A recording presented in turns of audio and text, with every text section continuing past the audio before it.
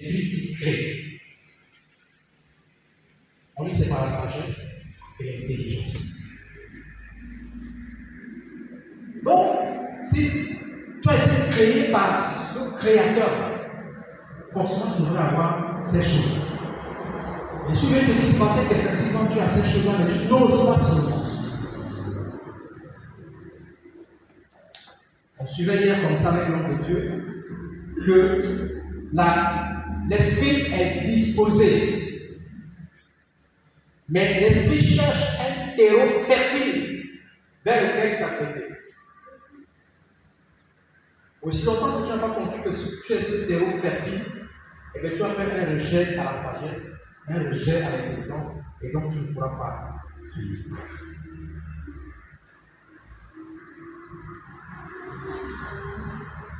Le verset 20, il dit, c'est par sa science les abîmes s'ouvrent et que les nuits dessinent la rosée. On dit que Jésus est la puissance de Dieu. Jésus est la puissance de Dieu. Maintenant, je me pose la question de savoir, mais comment est-ce que Dieu va dire que faisons l'homme à notre image, selon notre ressemblance? Donc, en fait, cet esprit de créateur il a communiqué en nous. Et puis, il dit encore, Jésus est la puissance de Dieu. Mais comment se fait-il que Jésus soit la puissance de Dieu? Nous croyons en Jésus, afin que Dieu puisse nous accorder au travers de Jésus. Mais en fait, nous sommes comme nous sommes là. C'est qu'il y a un problème.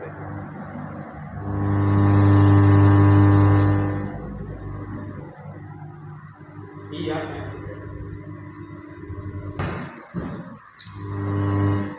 chacun dans son esprit, un réveil doit se créer. Je confirme que tu as cette chose-là en toi, mais il te manque seulement la décision. Donc je prends quelque chose, doit être autonome afin de répondre en fait à tes besoins.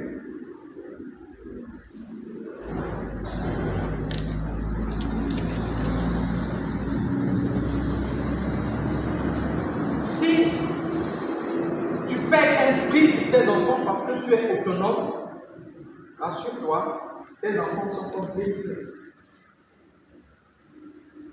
Mais j'insiste dessus. Si tu ne crées pas, Dieu ne peut pas te bénir. Et comme Dieu ne peut pas te bénir, alors ta foi n'est reposée nulle part. Et comme ta foi n'est reposée nulle part, tu restes dans le même.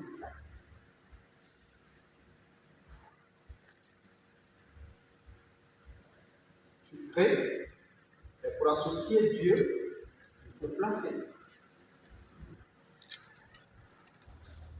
Amen. C'est bien compris. Tu crées, il faut associer Dieu pour qu'il t'accompagne. Et plus il t'accompagne, plus tu le bénis, plus il y a comme une délivrance dans ta maison. C'est compliqué ce matin. Mais je suis vérité ce matin que si tu es pauvre comme moi, change de manière de faire.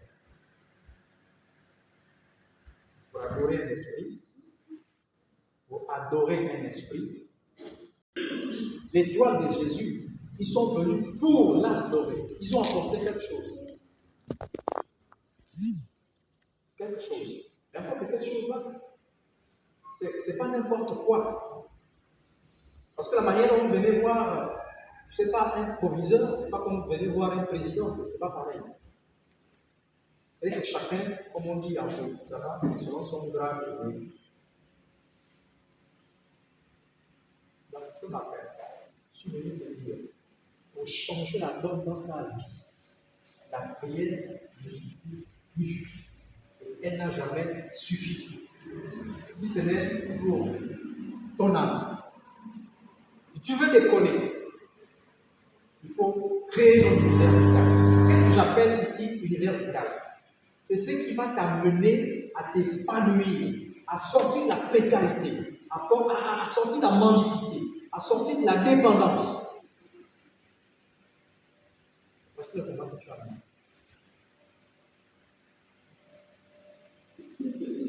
Une fois que tu as sorti de la dépendance, alors maintenant tu décides de ton problème. Lorsqu'on parle, par exemple, d'offrande, tu poses la question à cette fois, on te dit ce qu'il faut faire. Et tu fais. On te dit c'est comme ça qu'on adore l'esprit. Tu fais. En fin d'année, on te dit voici ce qu'il faut faire. Tu fais. Et j'ai même une bonne nouvelle pour quelqu'un. Si tu ne veux pas venir veiller lors d'une veillée, fais ton offrande. Fais ton offrande. La question que j'ai envie de dire, c'est est-ce que l'esprit tient le compte de nos veillées? Si tenait compte de nos veillées à la jeûne, beaucoup parmi nous seront possibles. Mais je me rends compte que plus nous prions, plus nous applaudissons, mais parce qu'en fait nous ne comprenons pas Dieu comment il fonctionne. Et par gêne, pour éviter les frustrations, on ne veut pas en fait nous dire le véritable problème. Et nous l'avons. C'est celui-là. Peut-être que nous nous retrouvons paradis. Peut-être. Mais ici, nous nous regardons. C'est M. le maire qui passe. C'est lui qui passe. Ah, la nécessité là qui passe. Ah, et on était là-bas, on priait et tout. Mais il n'a pas changé. Hein. Oh, il n'a pas changé. On pêchait la parole de Dieu. Ah ouais. La vérité, c'est que je n'ai pas fait ce qu'il fallait faire. Et la vérité, c'est que même dans nos familles, il y a des choses qui nous empêchent de monter. Il a dit tout à l'heure. Mon dossier était clos. Clos, mes enfants. Clos. Donc, je ne vous parle pas de ce que j'ai rêvé. Je vous parle de ce que je vous parle en fait de mon vécu. Comment faire pour sortir de là? Pour sortir de là, il faut croiser quelqu'un qui connaît et qui peut vous acheter. Mais là, s'il ne peut pas vous acheter, au moins il vous explique comment faire pour que vous l'achetiez. Mais pour le faire, il faut créer un univers vital. Que tu ne dépendes de personne. Je ne sais pas. Est-ce que lorsque Dieu a parlé à Abraham, est-ce que Abraham a expliqué à son père ce qu'il devait faire? Ce n'est pas sûr. Je vais encore vous dire ce qui me concerne. Quand il s'est agi, Bishop, quand il s'est agi de mon petit frère, j'ai commis l'erreur d'expliquer à quelqu'un qui devait faire une grâce. Et maintenant, s'il dit sur toi, il va donner son argent, que tu as fait ta chute, il va tomber. Argent, je vois ça. Aussi longtemps que vous allez dépendre des gens, Dieu vous bénira. C'est plus que c'est béni. Parce qu'on n'avait pas les moyens. Et les choses de l'esprit, on n'explique pas cela à tout le monde. Parce qu'on ne sait pas qui est. Ce matin, je suis simplement venu vous faire ayant l'esprit de Dieu et que nous croyons en Jésus-Christ, qui est la puissance de Dieu. Donc, au travers de qui nous avons tout ça là. Même si le puits de pétrole est derrière la maison, je te demande de nous mettre au travail pour démarcher afin de vendre ton pétrole au bon prix. Laissez faire la prière. Maintenant, une fois que tu as vendu le pétrole au bon client, eh bien, quand tu es poursuivi, si tu as besoin de payer l'avocat, tu le payes. Moi, je parle d'avocat, ça me dit, mais quelqu'un comprend. Quand c'est persécuté, ça ne va pas. Tu sais ce que tu fais. Tu sais ce que tu fais. Le tribunal, on paye les avocats pour se défendre.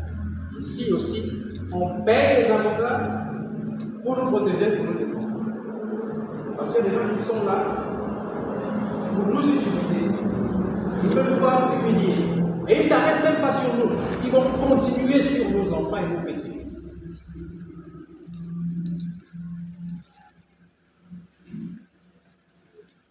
Je veux dire à quelqu'un ce matin que tu as le potentiel, que tu peux, il faut oser.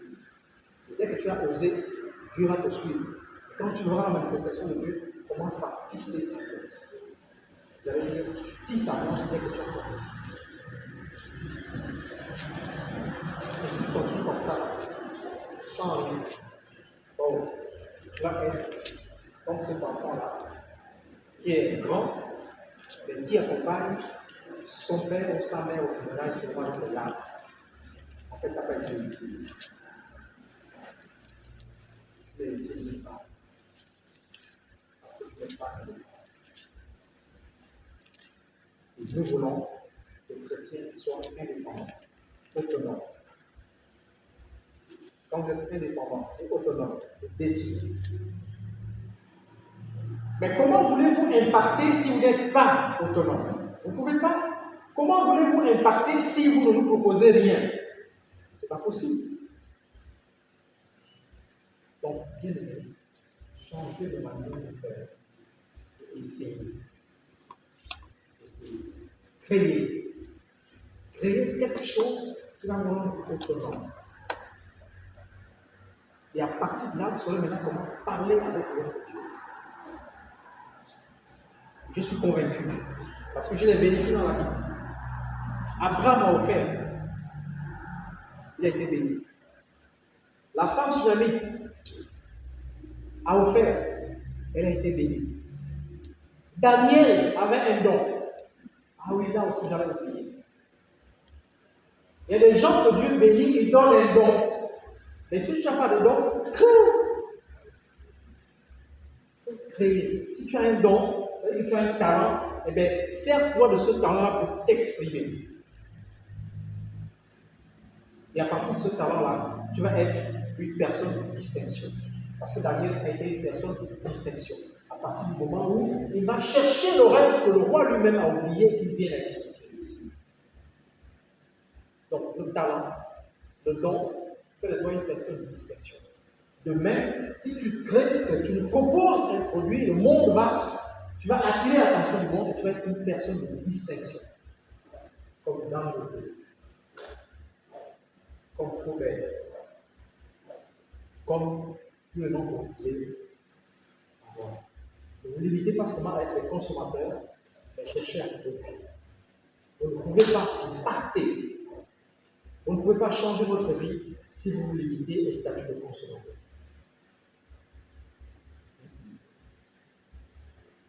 Tant que nous sommes consommateurs, même notre vie ne peut pas changer. Parce qu'un consommateur ne propose rien. Lorsqu'on consomme, on ne produit pas, mais il y a toujours le manque. Alors que lorsqu'on produit, il y a comme tu consommes, mais c'est toujours là. Tu as comme une ressource, tu as une source.